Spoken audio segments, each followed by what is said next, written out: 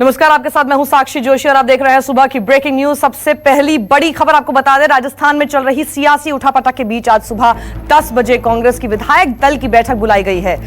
उप मुख्यमंत्री सचिन पायलट के नाराज होने के बाद राजस्थान कांग्रेस में बैठकों का दौर चल रहा है।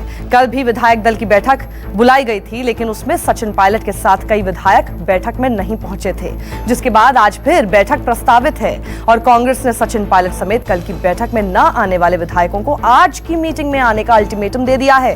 राजस्थान संकट को संभालने के लिए कांग्रेस हाईकमान की तरफ से अविनाश पांडे, रणदीप सुरजेवाला और अजय माकन को जयपुर भेजा गया है।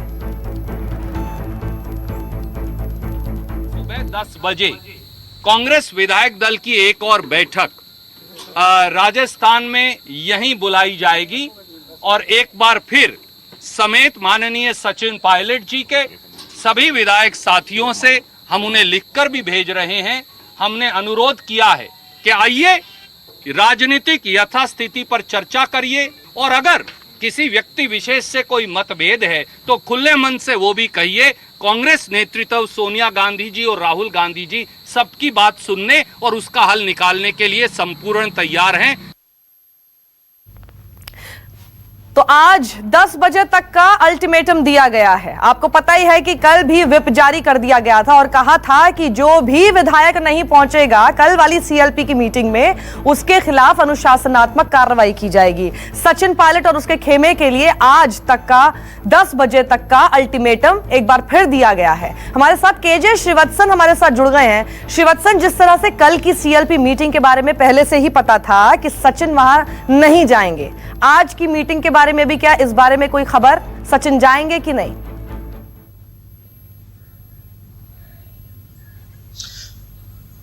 जी देखिए, संकेत जिस तरह से मिल रहे हैं उसके अनुसार लग रहा है कि सचिन पायलट शायद नहीं आए, क्योंकि कल रात को ही सचिन पायलट ने अपने खेमे में शामिल विधायकों का एक वीडियो पोस्ट किया था।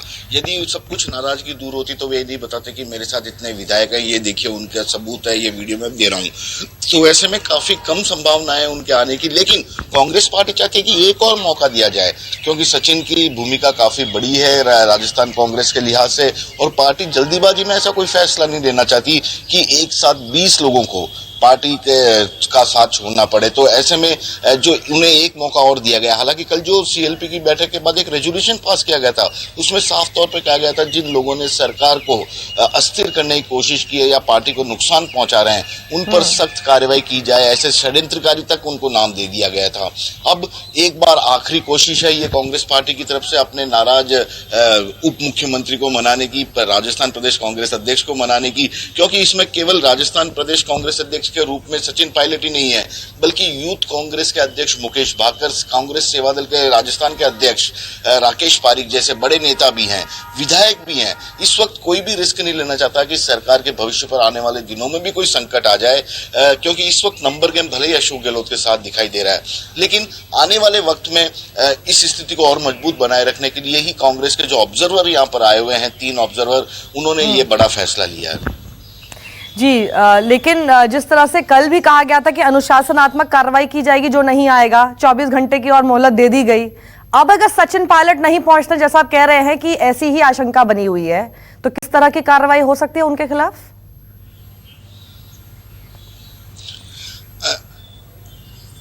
जी बिल्कुल, देखिए अशोक गहलोत तो एक बार साफ कर चुके हैं पार्टी आला कमान को कि अब यदि कोई जाना चाहता तो जाने देना चाहिए, क्योंकि हर रोज बार बार की इसी तरह की तकरार न केवल राजस्थान सरकार की स्थिरता पर असर डाल रही है, बल्कि कांग्रेस की छवि को भी नुकसान पहुंचा रही है। यदि कोई जाना चाहता है उसे जाने दीजिए, हमारे पास बहुमत है, हम जैसे तैसे आगे भी सरकार चला लेंगे, फिलहाल सरकार गिरने का कोई डर नहीं है, ये अशोक गहलोत ने संकेत दिया है।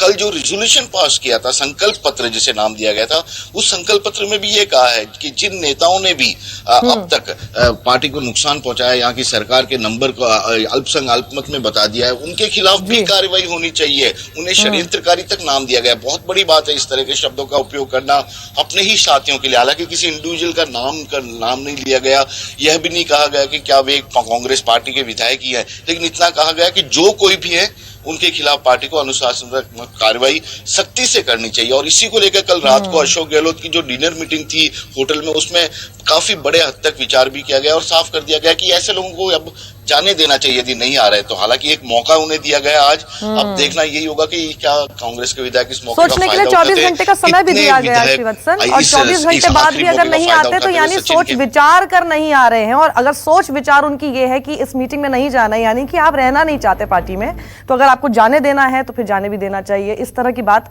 कांग्रेस की तरफ से, अशोक गहलोत की तरफ से सोच विचार से आ रही है। शुक्रिया हमारे साथ जुड़ने के लिए श्रीवत्सन आपका। और एक और बड़ी खबर आपको बता दें कि राजस्थान में सियासी संकट के बीच सचिन पायलट का पहला वीडियो आया है सामने।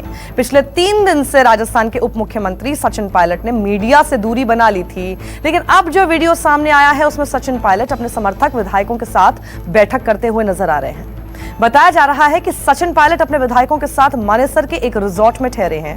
वहीं कांग्रेस के बाकी विधायक जो मुख्यमंत्री अशोक गहलोत के साथ हैं, उनका भी वीडियो सामने आया है जिसमें वो एक रिजॉर्ट में बैठे नजर आ रहे हैं। राजस्थान में सियासी भूचाल के बीच अब रिजॉर्ट पॉलिटिक्स एक बार फिर शुरू हो गई।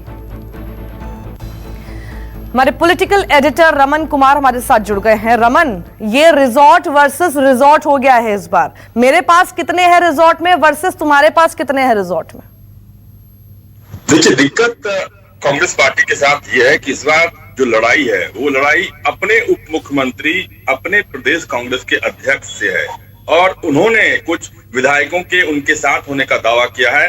तो अशोक गहलोत ने कल परेड कराकर सभी विधायकों को एक होटल में शिफ्ट कर दिया है, और उन्हें ऐसा लगता है कि अगर विश्वास मत विधानसभा में पेश करने की जरूरत पड़े तो सभी विधायक होटल से सीधे विधानसभा जाएं। इस बीच में उनके पास कोई बीजेपी से या सचिन पायलट की तरफ से कोई पेशकश ना आए, क्योंकि जिस प्रस्ताव की बात की जा रही है, श्रीवत्सन के द्वारा भी की गई, वो अपने आप में काफी महत्वपूर्ण इसलिए होता है कि मुख्यमंत्री की तरफ से कुछ ऐसी जानकारी कांग्रेस आला कमान को, कांग्रेस पर्यवेक्षकों को दी गई है, जिससे ऐसा लगता है कि सचिन पायलट गुट के कुछ लोगों ने सरकार गिराने के लिए बीजेपी के साथ मिलकर साजिश रची। इसीलिए बार बार ये कहा जा रहा है कि जो लोग इन्वॉल्व हैं वो चाहे कितने भी बड़े पद पर हों, उनके खिलाफ कार्रवाई होनी चाहिए। आज की बैठक में भी सचिन पायलट नहीं जाएंगे, ये बात कल उन्होंने साफ कर दी। लेकिन एक जानकारी ये आ रही है कि 2 बजे के आसपास सचिन पायलट अपने किसी विश्वस्त आदमी को जयपुर भेज सकते हैं, और बातचीत की प्रक्रिया हो सकती है कि एक बार शुरू करने की कोशिश की जाए। लेकिन उसमें से 2 मंत्रालय, अहम मंत्रालय वित्त और गृह पे सचिन पायलट की नजर है, क्योंकि उन्हें ऐसा लगता है कि अगर उन्हें परेशान करने की नियत से बार बार पुलिस का इस्तेमाल हो, तो वो अगर गृह मंत्रालय उनके पास रहता है तो उन्हें राहत मिलेगी, और साथ ही साथ प्रदेश कांग्रेस के अध्यक्ष पद पर भी वो आश्वासन चाहते हैं। पर रमन, एक बात बताइए, आप खुद बताइए, मैं चाहती हूँ आपका एनालिसिस इस पर। क्या सचिन पायलट इस तरह की बार्गेनिंग की स्थिति में है? क्योंकि ये गृह जैसा और वित्त जैसा अगर विभाग चाहिए तो वो तो तब हो सकता है जब आप सरकार गिराने की स्थिति में थे। सरकार गिराने की तो स्थिति वैसे ही नहीं है। देखिए, अभी तक जो सचिन पायलट की तरफ से बार बार यही कहा जा रहा है कि अशोक गहलोत के पास 83 विधायक से ज्यादा नहीं है, और उनके पास 25 से 30 विधायक हैं। आप इंतजार करिए, आपको सारी जानकारी मिल जाएगी। लेकिन साथ साथ ये भी कह रहे हैं कि वो बीजेपी में नहीं जाएंगे। तो अगर बीजेपी में नहीं जाएंगे तो बाकी बचे विधायकों के साथ करेंगे क्या, ये अपने आप में सबसे बड़ी बात है। क्योंकि अभी तक सचिन पायलट खुलकर कुछ नहीं कह रहे हैं, अपने सोशल मीडिया के जरिए भी कोई बयान नहीं दे रहे हैं, कोई ऑडियो जारी नहीं कर रहे हैं, कोई वीडियो जारी नहीं कर रहे हैं। वो पत्रकारों से बात करके, पत्रकारों या उनका जो सोशल मीडिया का ग्रुप है जयपुर का, उसके जरिए वो संदेश देते हैं कि हमारे पास विधायक है, और ये जो गार्डन में वो बहुमत साबित कर रहे हैं, बहुमत विधानसभा में साबित होता है, गार्डन में नहीं साबित होता है। लेकिन उनको बार बार बुलाने के बाद भी नहीं जाना, ये अपने आप में एक बड़ी बात इसलिए है कि सचिन पायलट क्या चाहते हैं। क्या ये चाहते हैं कि जो उनकी शर्त है, उन पूरी शर्तों को आला कमान या अशोक गहलोत मान लें, उसके बाद ही वो उनसे बातचीत करेंगे। ठीक है रमन, शुक्रिया हमारे साथ जुड़ने के लिए आपका।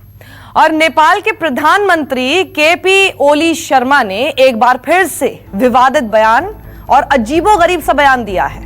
ओली ने भारत पर सांस्कृतिक अतिक्रमण का आरोप लगाते हुए कहा है कि भारत ने नकली अयोध्या का निर्माण किया है, जबकि असली अयोध्या नेपाल के वाल्मीकि आश्रम के पास है। साथ ही यह भी कहा कि भगवान राम भारतीय नहीं बल्कि नेपाली थे। बता दें कि ओली का यह बयान उस वक्त आया है जब भारत के साथ सीमा विवाद चल रहा है।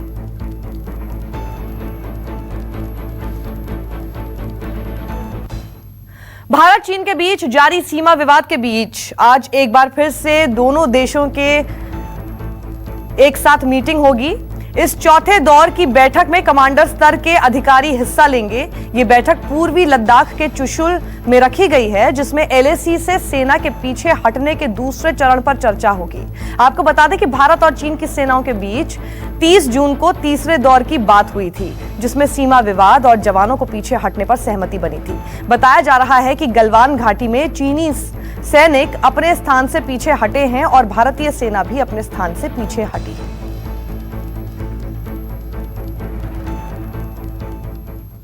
कानपुर कांड के मास्टरमाइंड विकास दुबे के मारे जाने के मामले में दायर याचिकाओं पर आज सुनवाई होगी, जिसमें सीबीआई या फिर एसआईटी जांच कराने की मांग की गई है।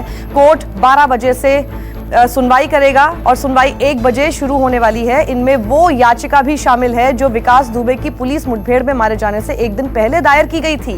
याद होगा आपको, 3 याचिकाओं में एक याचिका सुप्रीम कोर्ट के वकील अनूप प्रकाश अवस्थी ने दायर की है, जिसमें 2 जुलाई को 8 पुलिस वालों की हत्या के मामले की भी जांच सीबीआई या एसआईटी से कराने की मांग की गई।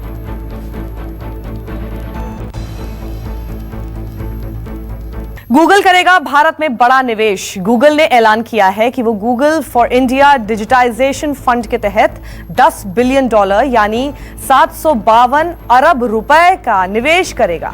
गूगल के सीईओ सुंदर पिचाई ने कहा कि वो भारत में आने वाले 5 से 7 साल में $10 अरब का निवेश करेंगे। ये निवेश इक्विटी इन्वेस्टमेंट, पार्टनरशिप और ऑपरेशनल इंफ्रास्ट्रक्चर के माध्यम से किया जाएगा।